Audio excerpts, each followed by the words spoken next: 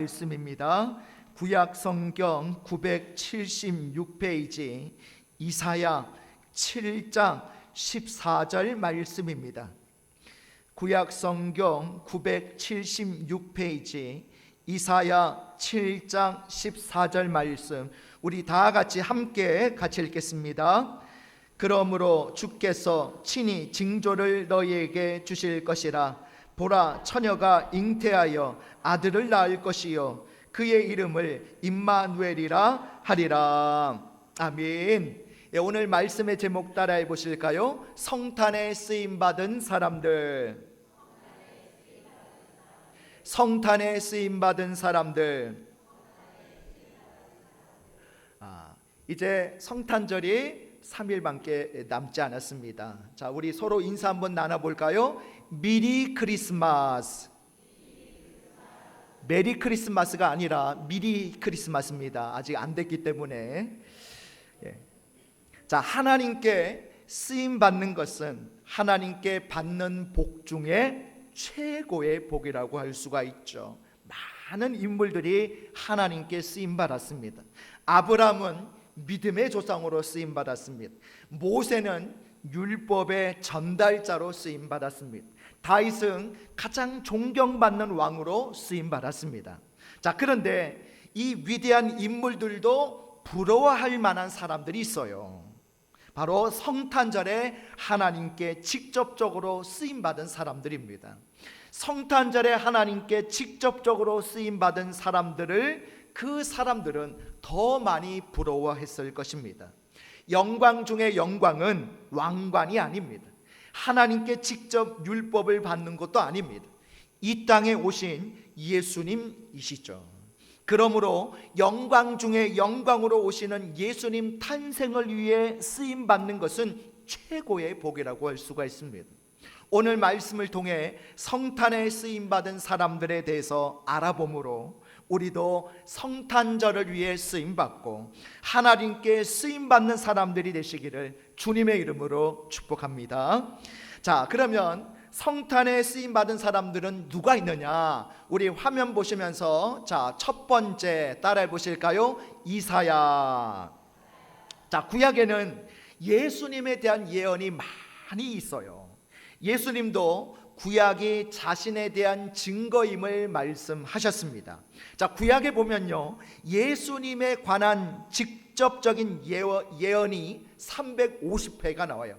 직접적인 예언이 350회, 그리고 간접적인 예언이 450회 나옵니다. 이렇게 직간접적으로 합치면 총 800회 정도 예언의 말씀이 구약 성경에 나오고 있어요. 자, 그 중에서도 성탄에 대해서 가장 풍성하게 예언한 사람을 꼽으라면 누구를 꼽을 수 있다? 이사야를 꼽을 수 있다는 거예요. 이사야는 아기 예수의 동정녀 탄생에 대해서 이렇게 예언을 하고 있습니다. 자, 오늘 본문 말씀 이사야 7장 14절을 같이 했습니다. 시작. 그러므로 주께서 친히 징조를 너희에게 주실 것이라. 보라, 처녀가 잉태하여 아들을 낳을 것이요 그의 이름을 임마누엘이라 하리라. 아멘. 자, 뿐만 아니라 이사야는요, 아기 예수가 어떤 분인지도 예언해 놓았습니다. 우리 이사야 9장 6절도 같이 했습니다. 시작. 이는 한 아기가 우리에게 낳고 한 아들을 우리에게 주신 바 되었는데 그의 어깨에는 정사를 메었고 그의 이름은 기묘자라, 모사라, 전능하신 하나님이라, 용전하시는 아버지라, 평강의 왕이라 할 것임이라. 아멘. 이사야는요, 예수님의 탄생뿐만 아니라 예수님의 공생애, 예수님의 죽으심, 예수님의 부활까지도 예언을 했어요.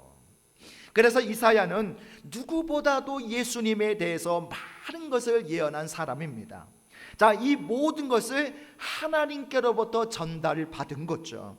뿐만 아니라 당대의 사람들과 후대에게도 이 예언의 말씀을 가르쳐 주고 있습니다. 그래서 성경학자들은요, 이사야서를 구약의 복음서다라고 이야기를 하고 있어요. 자, 그런데 이사야는 도대체 어떤 인물이기에 이처럼 성탄에 쓰임 받을 수 있었을까요? 자, 우리 화면 보시면서 첫째 따라해 보실까요? 이사야는 죄에 민감한 사람이었습니다. 자, 우리 이사야 6장 5절을 같이 읽겠습니다. 시작. 그때에 내가 말하되 화로다 나여 망하게 되었도다. 나는 입술이 부정한 사람이요 나는 입술이 부정한 백성 중에 거주하면서 만군의 여호와이신 왕을 베었음이로다 하였더라. 아멘. 이사야는요 자신의 죄뿐만 아니라 나라의 죄에 대해서도 민감했던 사람이에요. 여러분, 자기의 죄를 고백하는 것은 쉽습니다. 그런데 다른 사람의 죄에 대해서, 이웃의 죄에 대해서, 사회의 죄에 대해서, 나라의 죄에 대해서 가슴 아파하는 것은 쉽지가 않습니다. 그런데도 이사야는 자신의 죄뿐만 아니라 이웃과 나라의 죄에 대해서도 가슴 아파하면서 그들을 품고 기도했다는 거예요.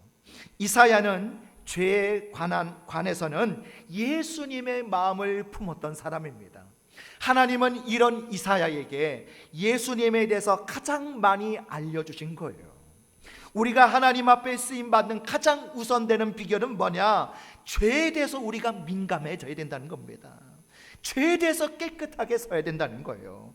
자신의 죄뿐만 아니라 타인의 죄까지도 아파하면서 회개하며 끌어안을 수 있어야 한다는 거예요.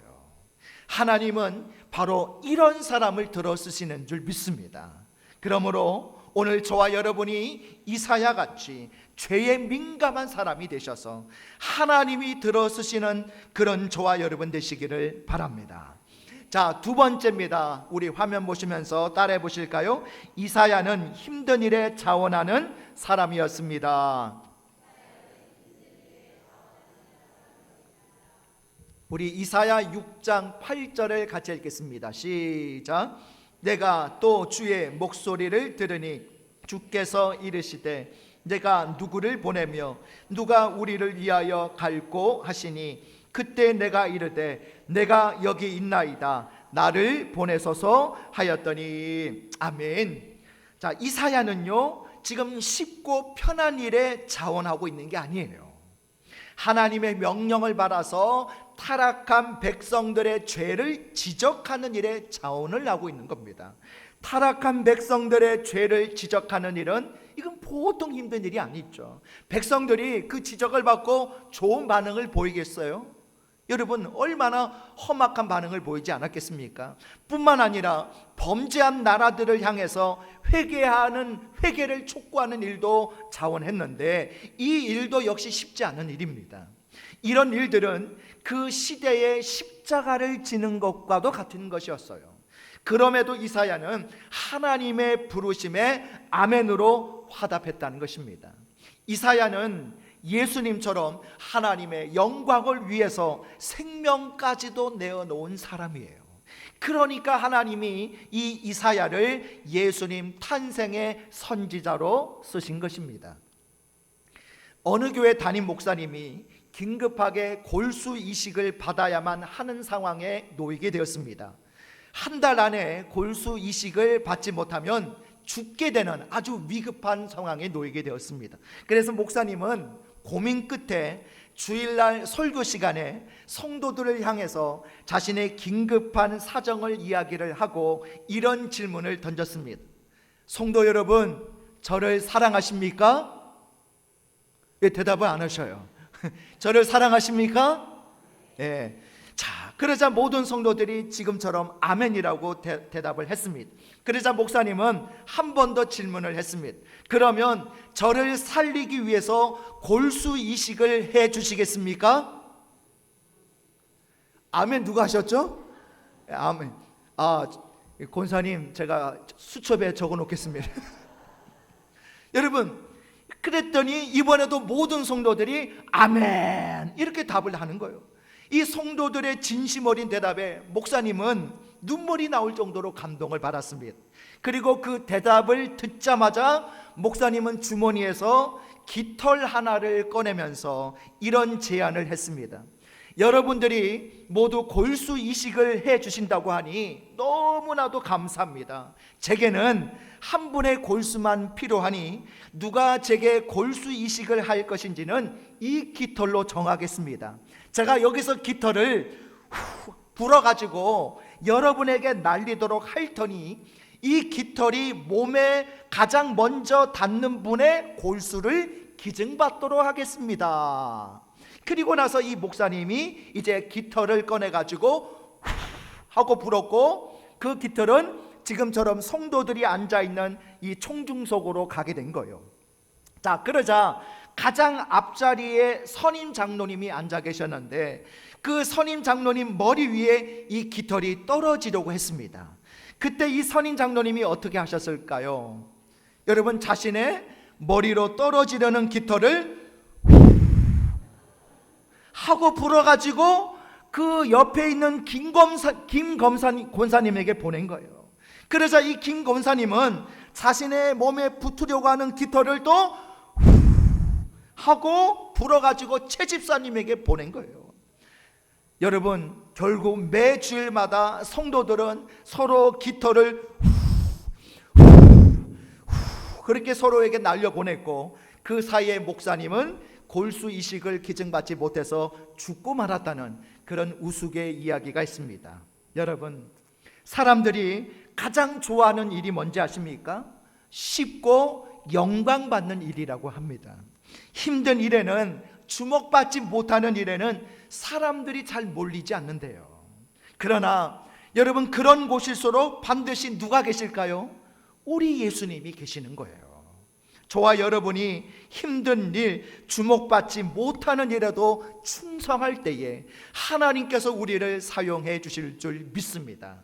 여러분, 이사야 같이 힘든 일에도 자원하는 사람이 되셔서 하나님이 들어 쓰시는 저와 여러분 되시기를 바랍니다. 자, 두 번째입니다. 성탄에 쓰임받은 사람들 두 번째, 우리 화면 보시면서 따라해 보실까요? 요셉. 자, 여러분, 카톨릭에서는 이 마리아를 뭐라고 이야기합니까?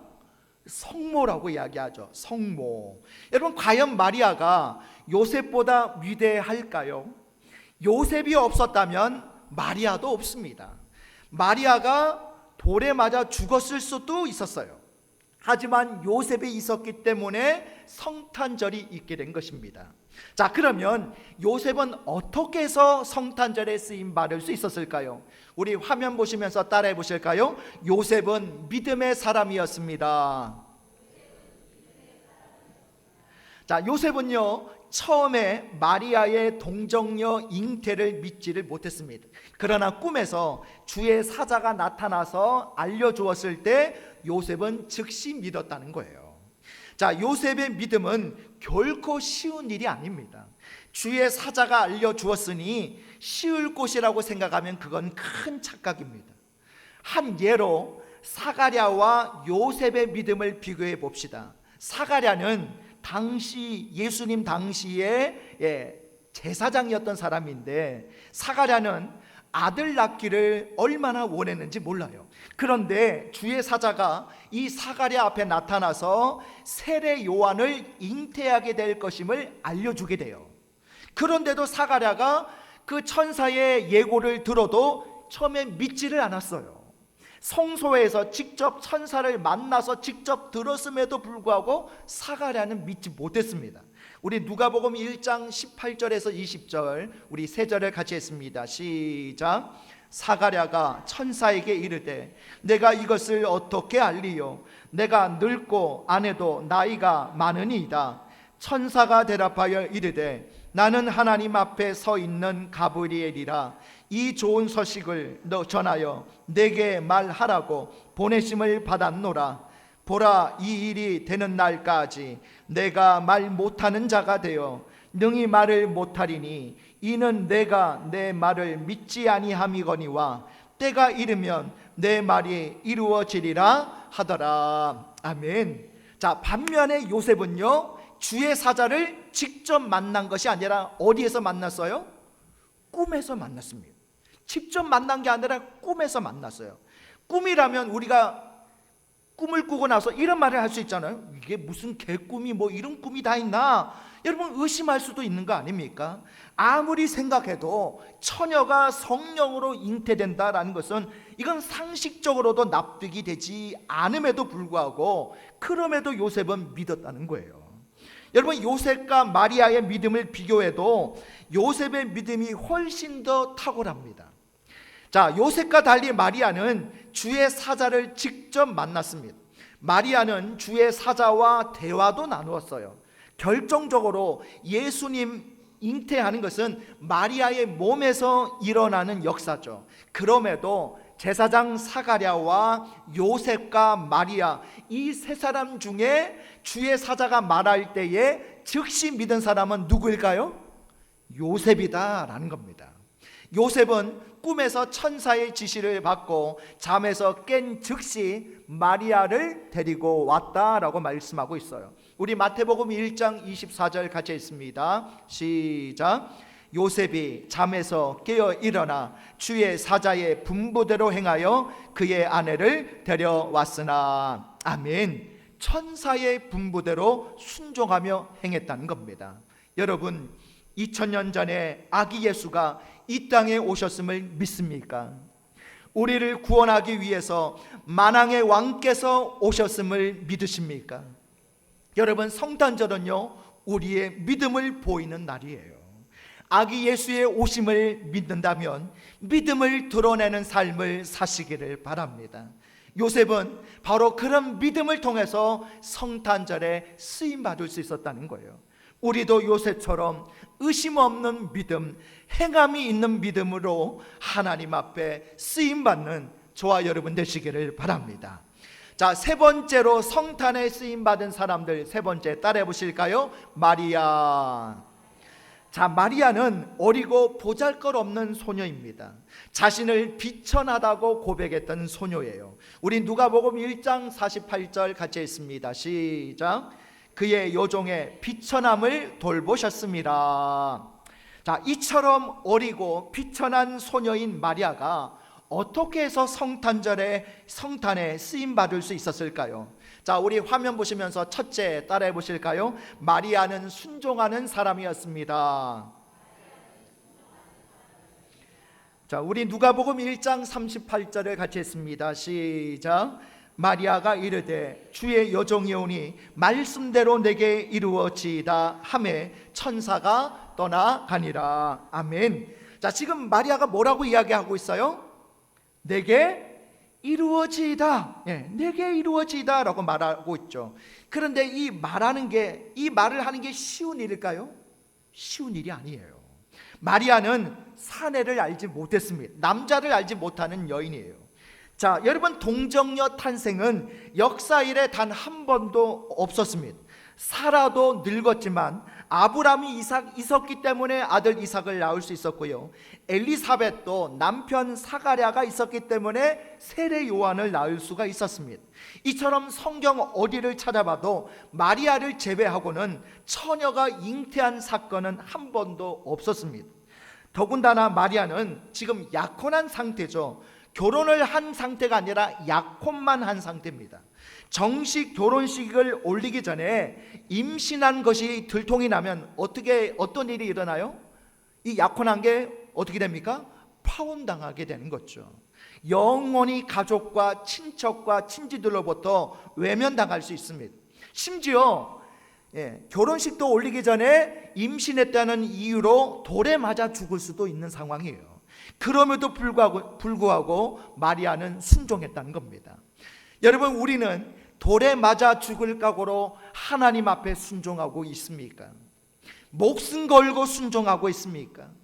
내게 조금이라도 불이익이 생기고 내 권리가 침해당한다고 생각이 들면 아무리 하나님이 무슨 말씀을 하셨어도 내 판단, 내 감정, 내 주장이 먼저 아닙니까? 하나님 말씀보다도 내가 손해보면 안 되고 내가 마음 상하면 안 되고 내가 지면 안 되는 것이 우선이 되고 있지는 않습니까? 여러분, 내가 옥토가 되지 못하면 무슨 말씀이 뿌려져도 열매 맺을 수 없습니다. 순종은 내 마음밭이 먼저 옥토가 되어야 가능한 거예요. 내 성품이, 내 인격이, 내 믿음이 옥토가 되어야 순종이 가능한 것입니다. 그러므로 어떤 말씀이 내게 주어지기 전에 먼저 내 마음밭이 옥토로 거듭날 수 있도록 기도하시고 결단하시기를 바랍니다. 그래야 어떤 말씀이 내게 주어져도 마리아처럼 순종할 수 있게 되는 것이죠. 마리아처럼 어떤 말씀에도 순종함으로 하나님 앞에 쓰임 받으시기를 바랍니다. 자, 둘째, 우리 화면 보시면서 따라해 보실까요? 마리아는 헌신하는 사람이었습니다. 마리아는 순종의 결과로 자신의 몸을 헌신합니다. 여러분, 순종과 헌신은 반드시 함께 가게 되어 있어요. 왜냐하면 순종은 무엇으로 나타나요? 헌신으로 나타나고, 헌신은 무엇의 결과일까요?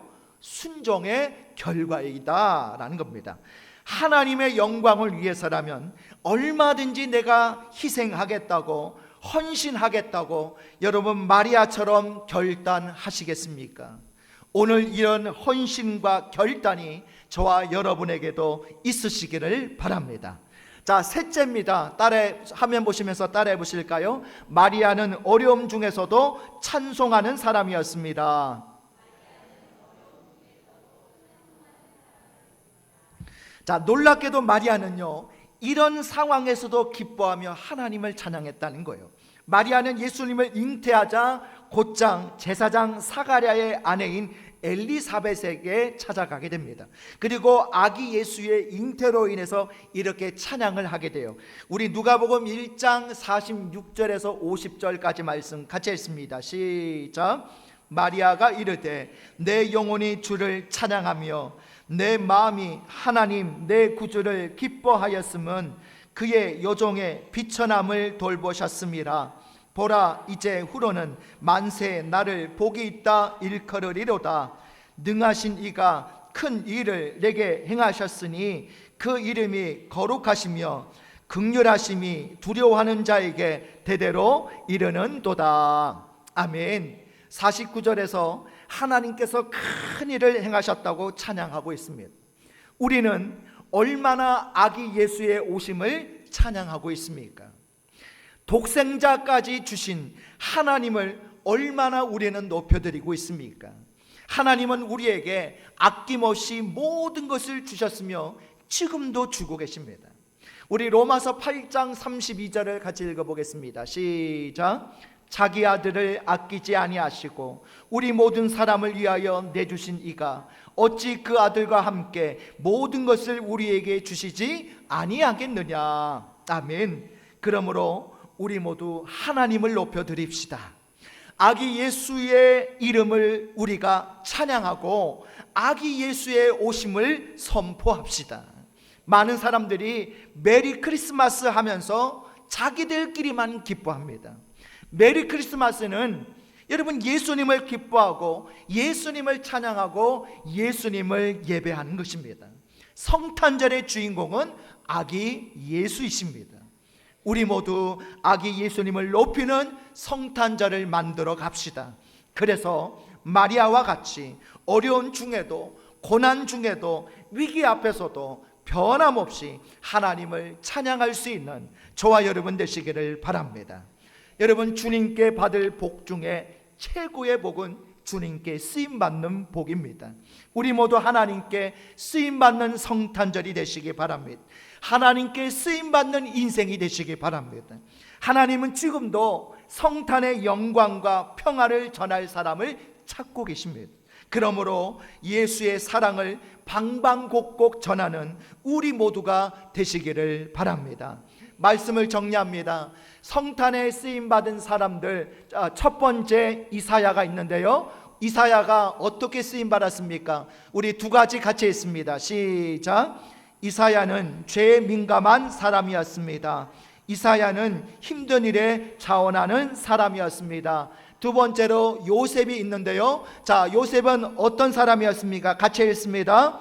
요셉은 믿음의 사람이었습니다. 자, 세 번째로 마리아가 있는데, 자, 마리아는 어떤 사람이었는지 세 가지 같이 했습니다. 시작. 마리아는 순종하는 사람이었습니다. 마리아는 헌신하는 사람이었습니다.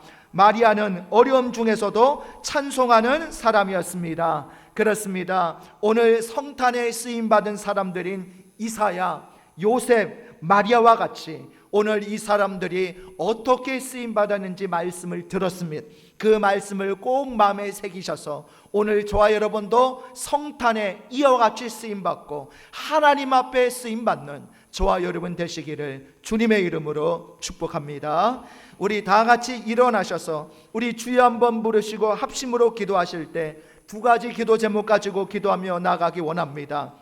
첫 번째는 성탄에 쓰임받은 이사야처럼 죄에 민감하고 힘든 일에 자원하는 사람이 되게 하시며 요셉처럼 믿음의 사람이 되게 하소서. 두 번째 기도 제목은 성탄에 쓰임받은 마리아처럼 순종하는 사람, 헌신하는 사람, 어려움 중에서도 찬송하는 사람이 되게 하소서. 우리 다 같이 주여 한번 부르시고 합심으로 기도하겠습니다. 주여,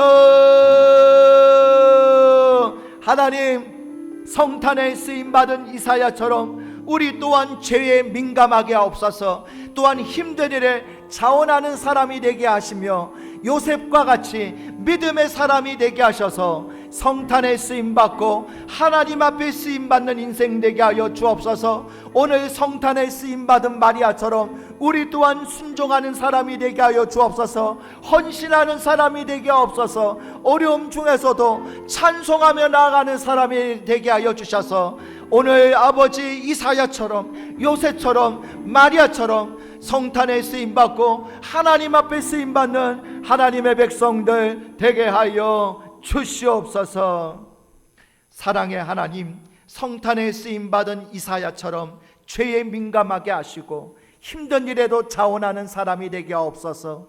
요셉처럼 믿음의 사람이 되게 하여 주옵소서. 마리아처럼 순종하게 하시고 헌신하게 하시고 어려움 중에서도 찬송하며 나아가는 사람이 되게